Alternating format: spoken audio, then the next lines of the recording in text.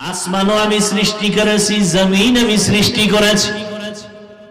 তো আসমানকে আমি বলি না আমার, জমিন আমি সৃষ্টি করেছি বলি না আমার, পাহাড় আমি সৃষ্টি করেছি বলি না আমার। আমি মানুষ বানায় কেন বললাম তোরা আমার?